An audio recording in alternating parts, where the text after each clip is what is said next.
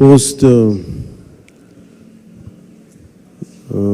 Janasena party నడుపుతున్నప్పుడు start చేసిన సినిమాలు ఇవన్నీ. వాటి నేపథ్యంలో ఎలక్షన్స్ అయిన తర్వాత పదవి బాధ్యతలు తీసుకున్న తర్వాత గవర్నమెంట్లో భాగస్వామ్యం తీసుకున్న తర్వాత చాలా కొంచెం ప్రత్యేక పరిస్థితుల్లో సినిమా చేయడం జరిగింది. సో ఈ సమావేశానికి వచ్చేసిన మీ అందరికీ పేరు పేరున నా హృదయపూర్వక ధన్యవాదాలు. సో మీరు అడగదలుచుకుంది ఏంటంటే మన ప్రింట్ మీడియా నుంచి కాబట్టి మీరు మాట్లాడండి సార్, ప్లీజ్ ఆస్క్. మీరు మాట్లాడతారా? సనాతన ధర్మానికి సినిమాకి సంబంధం ఉంది కదా సార్, మీరు ఎప్పటి నుంచో ఈ మధ్య సనాతన ధర్మాన్ని అంటే ఇదేంటంటే మెయిన్గా ఇందాక అందరికీ ఇంటర్వ్యూస్లో అదే చెప్తున్నాను, ఇది ఆంధ్రప్రదేశ్కి చాలా కీలకమైనది అది ఈ పర్టికులర్ సినిమా. ఎందుకంటే కోహినూర్ డైమండ్ ప్రపంచవ్యాప్తంగా ప్రసిద్ధి, దాని చుట్టూ దాని రక్త చరిత్ర కూడా తెలుస్తుంది.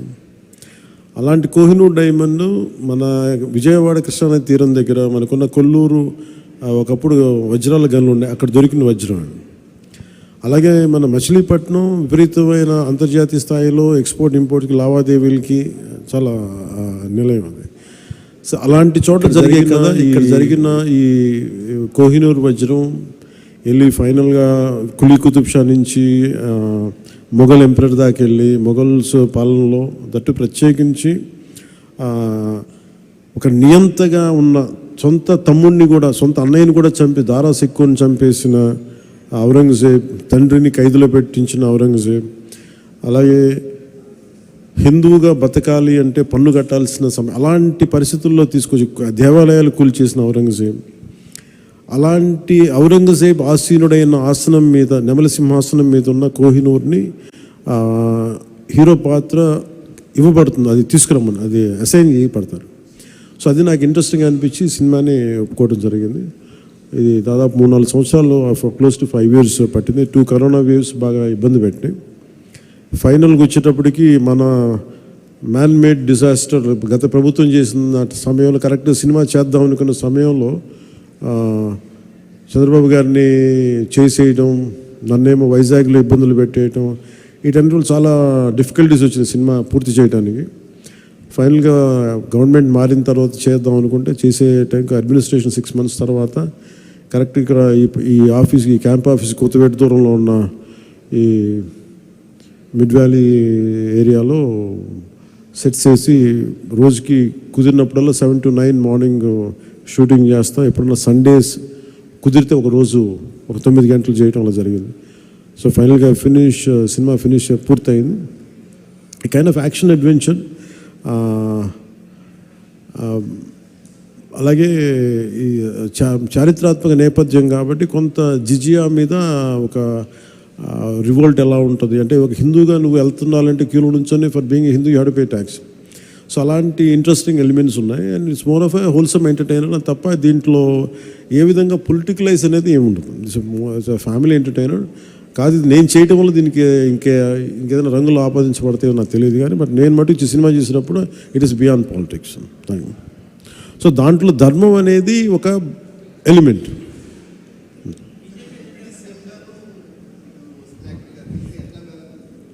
ఏ సార్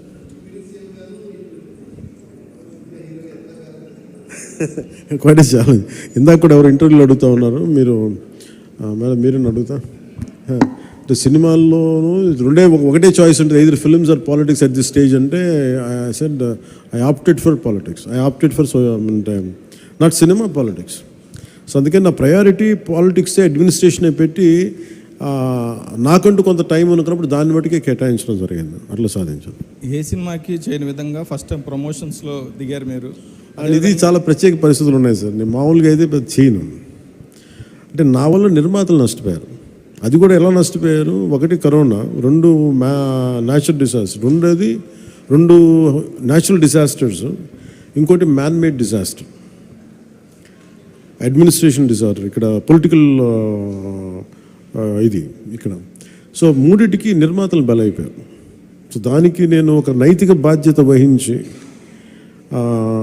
లేట్ అయిపోయిన సినిమాని ప్రమోట్ చేయాల్సిన బాధ్యత మా మీద ఉంది. అంతేగాని ఎందుకంటే నాకు రెమ్యునేషన్ కూడా దీనికేమి అదే ఇంకా రేపు హిట్ అయితే నాకు తెలియదు. కానీ సో అలాంటి పరిస్థితుల్లో రిలీజ్ చేశాను. ఎందుకంటే ముందు సినిమా ఆడాలి, సినిమా రిలీజ్ అవ్వాలి, నిర్మాత బయటపడాలి అన్న సదుద్దేశం. అది కూడా ఏంటంటే నేను పాలిటిక్స్లో ఉండటం, గత ప్రభుత్వం చేసిన మ్యాన్మేడ్ డిజాస్టర్స్ వీటన్నిటి వల్ల నలిగిపోయిన దానికి బలైపోయి నేను పొలిటిక్స్లో ఉన్నాను కాబట్టి బలైపోయారు కదా, ఇబ్బందులు పడ్డారు నిర్మాతలు. అందుకని వాళ్ళందరి తరపున నేను ఈ కనీసం ఈ ప్రమోషన్ చేయడం అనేది చాలా ఎసెన్షియల్ డ్యూటీ అనిపించింది నాకు. అంతమించి మామూలుగా అంత అవసరం ఉండేది కాదేమో. సార్ ఆ సినిమా తీసేటప్పుడు కొంత ఇబ్బందులు కూడా పడ్డట్టున్నారు మీరు. ఏంటి సార్? ఆ సినిమా తీసేటప్పుడు కొంత ఇబ్బందులు కూడా పడ్డట్టున్నారు, సమ్మర్లో కానీ నైట్ టైంలో షూటింగ్ చేయటం కానీ. అంటే ఇలా అంటే నేను అంటే ఇక్కడికి వెళ్ళి వైజాగ్లో అరెస్ట్ అయ్యి మళ్ళీ వచ్చి 4 రోజుల తర్వాత మళ్ళీ ఇలా చేశాను. అంటే అరెస్ట్ అంటే చూశారు కదా ఎలా పెట్టారు. అట్లాంటి పరిస్థితుల్లో మండుటెన్లో కానీ అంటే okay that's part and parts, there is no complaint about it. నాకేమనిపించిందంటే ఈ ఇబ్బందులు పడటం ఒకటిను, పార్టీని నడుపుతా ఏమాత్రం హోప్లెస్ పొలిటికల్ సిచ్యువేషన్లో ఉండి సినిమాలు చేస్తా 10 రూపాయలకి 15 రూపాయలకి టికెట్లు ఏదైనా రిలీజ్ అయితే ఇబ్బందులు పెడతా, నాకు వీటన్నిటికీ దాటి అధిగమించి ఇక్కడ దాకా రావడం చాలా పెద్ద విజయం అనిపించింది. సో టఫ్ సిచ్యువేషన్ ఇక్కడ దాకా వచ్చి I'm grateful for the producers.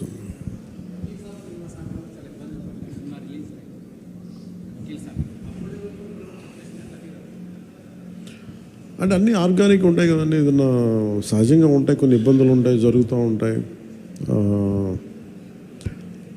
అంటే నాకేంటంటే నేను సినిమాని ఇప్పుడు అంటే నేను అది ఇప్పుడు మనం చాలాసార్లు నేను ప్రతి సభలో కూడా చెప్తాను, ప్రతి చిన్న పనికి కూడా ఒక చిన్నపాటి యుద్ధమే చేయాల్సి వస్తుంది.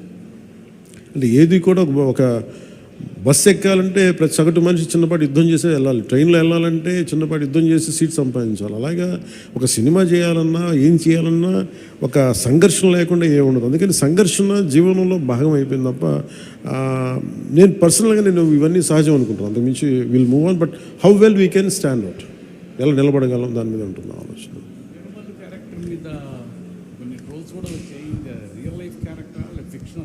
ఇది ఫిక్షన్ క్యారెక్టర్స్, అసలు వాళ్ళు ఎవరో మాట్లాడారు, నా దృష్టికి తీసుకొచ్చారు కానీ అసలు సంబంధం లేదు. అది సర్వాయి పాపన్న గౌడ్ అని చెప్పి అసలు సంబంధం లేదు, దానికి దీనికి అస్సలు సంబంధం. ఇది వన్ ఈజ్ ఒక హై కాన్సెప్ట్. ఒకవేళ కోహినూర్ డైమండ్ని తీసుకొస్తే ఉంటుంది, దాన్ని కొర్లు మన ఈ మచిలీపట్నం పరిసర ప్రాంతాల్లో పెరిగే ఇలాంటి వాతావరణంలో పెరిగిన ఒకడికి ఈ బాధ్యత అప్పచెప్తే నిజాం నవాబు ఎలా ఉండొచ్చు, ఈ హై కాన్సెప్ట్. దీంట్లో ఎక్కడా కూడా అది ఒక ఫిక్షస్ క్యారెక్టర్ తప్ప దాన్ని ఎక్కడ కూడా అసలు చారిత్రాత్మక ఆధారాలు ఉన్న పాత్ర అసలు కాదు, డిఫరెంట్ డే వన్ నుంచి. It's very quite created character. Sir Bheemla నాయక్కు సంబంధించి అప్పుడు టికెట్ రేట్లు తగ్గించారు, అయినా సరే హిట్ అయింది. కానీ ఇప్పుడు టికెట్ రేట్లు పెంచారు. అంటే ఆ రోజు టికెట్లు రేట్లు తగ్గిస్తే నిరుత్సాహపడలా, ఈరోజు టికెట్ రేట్లు పెరిగితే కూడా ఆనందించట్లా. భగవంతుడు ఏదిస్తే అది తీసుకోవడం తప్ప ఈరోజు గవర్నమెంట్ ఉంది కాబట్టి అంటే ప్రత్యేకించి పవన్ కళ్యాణ్ సినిమాకి ఇస్తే నేను ఖచ్చితంగా నేను ఆనందించేవాడిని కాదు. కానీ ఇది అందరికి ఇచ్చారు కాబట్టి దాంట్లో నాకు ఇవ్వకపోతే అది వివక్ష చేసినట్టు ఉంటుంది, అది కూడా తప్పవుద్ది కదా. అందుకని I think it's part and parcel. ఆ రోజు అలా జరిగింది, ఈ రోజు ఇలా జరిగింది, అంతకుమించి దీన్ని వేరేలా చూడటానికి ఏం లేదు. ప్రొడ్యూసర్ నష్టపోయాడనే దేనికి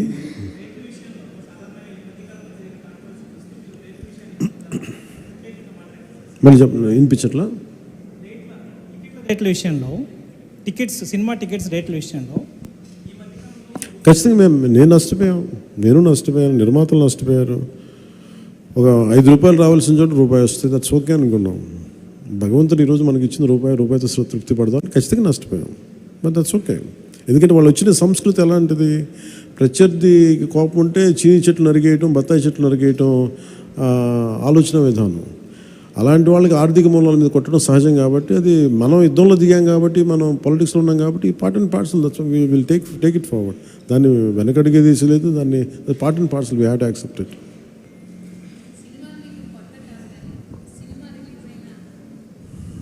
సినిమాలు మీకేం కొత్త కాదు, కానీ ఏ సినిమా రిలీజ్ అయినా అందరికీ కొంత నెర్వస్నెస్ ఉంటుంది, మీకు కూడా ఉంటుందా?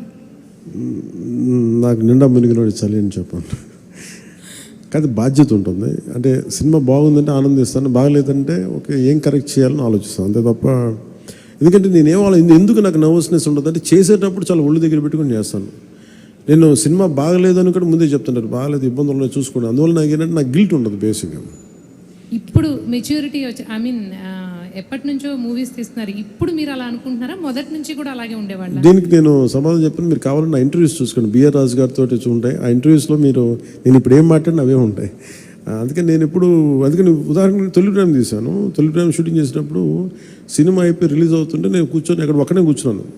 గబ్బర్ సింగ్ కూర్చున్నా కానీ నేను ఒక్కనే కూర్చుని ఉన్నాను. నా పక్కన పార్టీస్ ఏమి ఉండవు. జస్ట్ ఒకసారి నా జీవితంలో ఒకసారి నన్ను పార్టీకి పిలిచింది భీమ్లా నాయక్, ప్రత్యేకంగా నన్ను పిలిచారు. ఎందుకంటే ఇంత 10-15 రూపాయలు టికెట్ అప్పుడు కూడా ఇంత డబ్బు చేసింది ఈ సినిమా అని అనుకొని దాని ఒక్కదాన్ని ఫస్ట్ టైము నా జీవితం అదే మొదటిసారి వెళ్ళటం. మళ్ళీ దీని తర్వాత కూడా వెళ్తాను కూడా నాకు డౌట్. అవును, ఇంతకీ మీ కో-ఎమ్మెల్యేలతో మూవీ చూసే ఆలోచన ఏమైనా ఉందా? ఏదండి? మీ ఎమ్మెల్యేలతో కో-ఎమ్మెల్యేలతో మూవీ చూసే ఆలోచన, ప్రపోజల్స్ ఏమైనా ఉన్నాయా? నేను ఎప్పుడు అట్లా ఆలోచించలేదండి. అసలు ఇప్పుడు చెప్తే ఇప్పుడు ఐడియా వచ్చింది, బాగానే ఉందనిపిస్తుంది. ఎందుకంటే అసెంబ్లీలో సగం మంది మీ ఫ్యాన్సే కదా.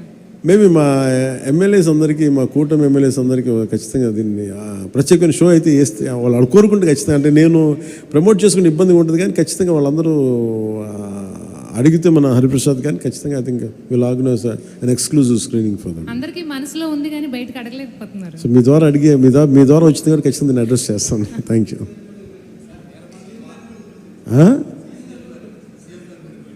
సీఎం గారు బిజీగా ఆయన సినిమాలు మా అయితే ఒక 5 నిమిషాలు చూస్తారేమో. ఎందుకు రోజు నన్నే చూస్తుంటారు కదా, సినిమా చూస్తున్నట్టు అనుకుంటారు.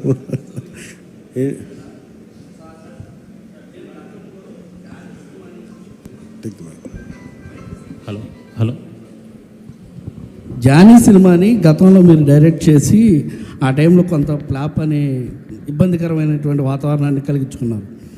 ఈ సినిమాలో మీరు లాస్ట్ క్లైమాక్స్ మీరే డైరెక్ట్ చేశారని చెప్పేసి చెప్తున్నారు. దానికి అప్పటికి ఇప్పటికీ ఏంటి, ఎలాంటి చేంజ్ మీరు గమనించారంటే? అలాగే అంటే నేను జానీ నిన్న కూడా చెప్పాను. అంటే నాకు ఏమనిపించిందంటే ఒక సినిమా తీసేటప్పుడు చాలా నలుగుతూ ఉండేది. నేను చెప్పేది సినిమా అనేది ఒక్కటే కష్టపడేది కాదు, ప్రతి ఒక్కటి ఈవెన్ ఒక చిన్నపాటి ఉపాధి శ్రామికుడు కూడా కష్టపడతారు, యుద్ధం చేయాలి పట్టుకోటి కోసం. సినిమా ఏంటంటే చాలామంది డబ్బులు చాలా గ్లామరస్గా కనిపిస్తుంది ఫిల్మ్ ఇండస్ట్రీ. దానికి నేను ఒక చిరంజీవి గారు లాంటి అన్నయ్య ఉండి, నేను సక్సెస్ఫుల్ అయిన యాక్టర్గా ఉండి, ఖుషి తర్వాత వరుసగా విజయాల తర్వాత కూడా ఒక జానీ అనే సినిమాని నేను డైరెక్ట్ చేసేది ఆడకపోయిన వెంటనే ఒక 5 రోజులు 10 రోజులు నెల రోజుల తర్వాత ఫస్ట్ షో పడింది, ఇది బాగలేదు అనగానే వెంటనే మొత్తం ఫైనాన్షియర్స్, డిస్ట్రిబ్యూటర్స్ అందరూ నా ఇంటి మీదకి వచ్చేసారు. మాకు డబ్బులు రావట్లేదు, ఇప్పుడు ఏం చేస్తామని. నా క్వశ్చన్ ఏముందంటే, మీకు డబ్బులు ఇచ్చినప్పుడు నాకు ఎప్పుడు ఎక్స్ట్రా ఇవ్వలేదు కదా, ఇప్పుడు డబ్బులు పోయినప్పుడు అది ఉండదు అక్కడ. సో నేను కంప్లైంట్ చేయట్లా. అంటే నాకు ఏమనిపించిందంటే, ఫస్ట్ టైము నాకు చాలా ఒక కాలంలో చెప్తున్న అన్ని బంధాలు ఆర్థిక బంధాలు నాకు అది గుర్తొచ్చింది. నేను ఆ రోజు మొత్తం నా రెమ్యునరేషన్ తీసుకోలేదు, ఇచ్చేసాను. నాకేమనిపించిందంటే ఒంటరితనం అనిపించాను. అంటే ఇప్పుడు ఎలా ఉంది అంటే, గత ప్రభుత్వం చేసిన ఒక దుర్మార్గాలన్నీ నేను చేసేసి అందరూ నిందిస్తుంటే నేను ఎంత బాధపడాలో, సినిమా ఫ్లాప్ అయితే నన్ను బాధపడమని అందరూ అలా చెప్తా ఉన్నాను. నా ఉద్దేశం ఏంటంటే, సినిమా చేసాం, బాగలేదు, ఆడలేదు అంతే. కానీ దానికి ఏంటి ఏదో ఒక కొంపలంతా మునిగిపోయినట్టు ఇలా మొక్కలు పెట్టుకున్నారండి. అందరూ డీలా అయిపోయి ఓకే నష్టపోతే ఎంత నష్టపోయింది చూద్దామని చెప్పి ఫైనల్ నేను ఏం చేయగలిగింది, బాబు నాకు ఇచ్చిన రెమ్యునరేషన్ ఇది, నాకు రూపాయి అవుతుంది తీసుకోండి అని చెప్పి నేను ఇంకో 15 లక్షల అప్పు నేను తీసుకున్నాను. దాని తర్వాత ఇంకోళ్ళ దగ్గర ఆ అనుభవం నన్ను చాలా బలమైన వ్యక్తం చేసింది. ఆ ఒక్క జానీ ఫెయిల్యూర్ నాకు ఎంత హెల్ప్ చేసిందంటే, పాలిటిక్స్లో హెల్ప్ చేసింది. నేను 2019లో ఓడిపోతే మళ్ళీ నాకు అదే గుర్తొచ్చింది. నేను ఎలా సర్వైవ్ అయ్యానప్పుడు failure is a part and parcel of growth. అది నాకు బాగా బలం ఇచ్చి, నిన్న ఒక నిర్మాత ఆ రోజు అన్ని ఇబ్బందులు లేవు, కానీ రత్నం గారు లాంటి వ్యక్తి, ఒక చిన్నపాటి మేకప్ అసిస్టెంట్గా ప్రారంభించిన వ్యక్తి అంచెలంచెలుగా శంకర్ లాంటి వాళ్ళతో సినిమా తీసి పాన్ ఇండియా సినిమాలు తీసిన వ్యక్తి ఈ రోజున సినిమా రిలీజులకి ఇబ్బంది పడతా ఉంటే నాకు అనిపించింది చాలా బాధేస్తుంది. ఇది నాకు అందుకని నేను దగ్గరుండి ఈ సినిమాని ప్రేక్షకుల దగ్గర తీసుకెళ్ళాలనేది నిర్ణయించుకున్నాను. సో నాకు అందుకు అనిపించింది అన్నమాట. అందుకని నా జానీ అనేది ఎందుకు వచ్చిందంటే ఇంత ఫీబుల్గా ఉంటారు. అంటే మనీ దగ్గరికి వచ్చేటప్పటికి అందరూ నువ్వు చస్తావో పెడతావో తెలియదు కానీ మాకు ఇలా కట్టాలి అందు ఒకసారి ఇర్లాజికల్గా ఉంటుంది. సో అలాంటి సమయంలో నాకు ఆయన అండగా నిలబడాలి. అందుకని that's reason why I quote. అందుకని క్లైమాక్స్ ప్రత్యేకించి నేను ఎందుకు చెప్పానంటే అప్పుడు నేను కొన్నిసార్లు నేను బుల్డోజ్ చేసుకుని వెళ్ళాల్సింది. కొన్నిసార్లు రైట్ నిర్ణయం మన మనసుకు తెలుస్తుంది యాజ్ అ ఫిల్మ్ మేకర్గా. కొన్నిసార్లు పక్కన వాళ్ళు మాటలు నేను లాస్ట్ ఎప్పుడు పక్కన వాళ్ళ మాటలు విన్నాను. కానీ ఈ ఫిల్మ్కి వచ్చేటప్పటికి ఈసారి ప్రత్యేకించి ఎట్టి పరిస్థితుల్లో నేను పాలిటిక్స్లో ఉన్నాను, సినిమాలు బాగా చేయడేమో అన్న సందేహం ఎక్కువ మందికి ఉంటుందని చెప్పి ప్రత్యేకించి శ్రద్ధ పెట్టి చేశాను. సో క్లైమాక్స్ కూడా ఎందుకు చేశానంటే నేను చాలా సంవత్సరాలు అయిపోయింది యాక్షన్ కొరియోగ్రఫీ చేసి. రియల్ లైఫ్లో వీళ్ళతో గొడవలు పడుతున్నాను, సినిమాల్లోనూ యాక్షన్ కొరియోగ్రఫీ చేశాను. సో ప్రత్యేకించి ఆ particular episode it's close to my heart. చిన్నప్పుడు ఎప్పుడు పుస్తకాల్లో చదువుకున్నాం, హిందూగా బతకాలంటే జిజియా పన్ను కట్టాలి. సో ఆ బాధ ఏదో ఉండిపోయినట్టుంది ఎక్కడో. సో అది ఆ వెంటౌట్ తీసుకున్న అవకాశం దొరికింది, ఐ యూజ్డ్ ఇట్ అంతే. సార్ మనం చూసుకున్నట్లయితే లేదు తీసుకుని సార్ అన్నీ బాగుంటే తీసుకుంటాను. మనం ఈ మధ్యకాలంలో చూసుకున్నట్లయితే నిర్మాతలకి కొంతమందికి మాత్రమే థియేటర్లు ఉండిపోయినాయి, వేరే వాళ్ళ సినిమాలకి ఇబ్బంది పడుతున్నారంటూ కూడా కొంత కాంట్రవర్సీ వచ్చినటువంటి పరిస్థితి సినిమా పరిశ్రమ విషయంలో. అదే రేట్ల విషయంలో కావచ్చు, థియేటర్స్ దాని విషయంలో మీకు కూడా అలాంటిది అంటే థియేటర్స్ సరిగ్గా లభించకపోవడం కొంత నిర్మాతలు ఏమన్నా ఇబ్బంది పెట్టే అవకాశం ఉంటుందా గతంలో లాగా? అది ఎప్పుడు అలా పెడతారని నేను ఎప్పుడు అనుకోను. ఎందుకంటే థియేటర్స్కి ఫీడింగ్ కావాలి, బేసిక్ సైన్స్ అది ఎవరు అలా చేస్తారు నేను అనుకోను. కానీ ఒకసారి కొన్ని అనుకోని పరిస్థితులు వస్తూ ఉంటాయి, అది పెద్ద మనసు వదిలేయటం అంతా. సార్ ఇప్పుడు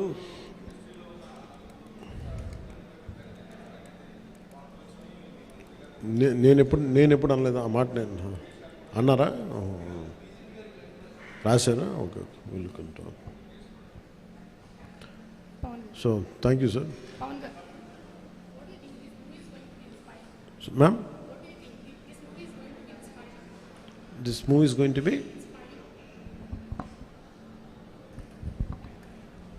What do you think this movie is going to be inspiring by your role? అంటే ఇన్స్పైరింగ్ ఇవన్నీ నేను చెప్పలేను కానీ I feel it is a wholesome entertainer. Once you get in to screen it will entertain you, it will hold on to you, and it will buy the time you come out of theatre you'll feel good about the film. That's what I felt. Maybe I hope the experience will be the same to everybody. Yes sir.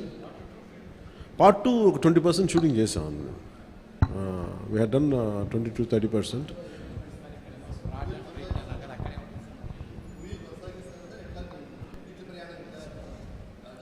వచ్చే డబ్బుల్ని బట్టి నాకు దొరికే టైంని బట్టి కుదిరితే భగవంతుడి ఆశీస్సులు అన్నీ కుదిరి. సార్ ఏంటి సార్? చిత్ర పరిశ్రమ ఎక్కడున్నా అది ఉన్నది. ఆల్రెడీ ఏపీకి రావాల్సిన కొత్తగా అవసరం లేదు, కానీ ఏపీలో డెవలప్ చేయాల్సిన ఇన్ఫ్రాస్ట్రక్చర్ డెవలప్ చేయాలి. హైదరాబాద్లో ఎలాంటి ఇన్ఫ్రాస్ట్రక్చర్ ఉందో ఆంధ్రప్రదేశ్లో కూడా అలాంటి ఇన్ఫ్రాస్ట్రక్చర్ కొంత హైదరాబాద్లో ఉండొచ్చు, కొంత కొంత మంగళగిరి లేదా మనకున్న ప్రాంతాల్లో కావచ్చు. ఇట్ డిపెండ్స్ పరిస్థితులు ఎక్కడ బాగుంటాయండి, దాని తగ్గట్టుగా ఇన్ఫ్రాస్ట్రక్చర్ అయితే డెవలప్ చేయాలి. ఫిల్మ్ మేకింగ్ స్కూల్స్ చాలా డెవలప్ చేయాలి.